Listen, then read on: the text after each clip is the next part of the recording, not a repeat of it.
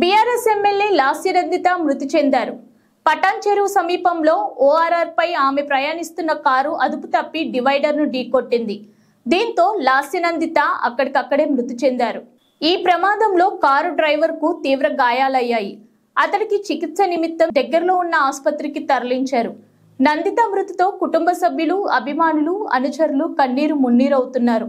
ఇటీవల జరిగిన అసెంబ్లీ ఎన్నికల్లో సికింద్రాబాద్ కంటోన్మెంట్ నుంచి లాస్యనందిత ఎమ్మెల్యేగా ఎన్నికయ్యారు. గత ఏడాది ఫిబ్రవరిలో ఆమె తండ్రి ఎమ్మెల్యే సాయన్న మృతి చెందారు. ఇటీవల నల్లగొండ సభకు వెళ్లిన సమయంలోనూ నందిత కారుకు ప్రమాదం జరిగింది. అప్పుడు స్వల్ప గాయాలతోనే ఆమె బయటపడ్డారు. తండ్రి సాయన్న చనిపోయి ఏడాదిలోపే లాస్యనందిత మృతి చెందడం దురదృష్టకరం. ఆమె ముందు ఉజ్వల భవిష్యత్తు ఉండగా విధి మరొకటి తలిచింది.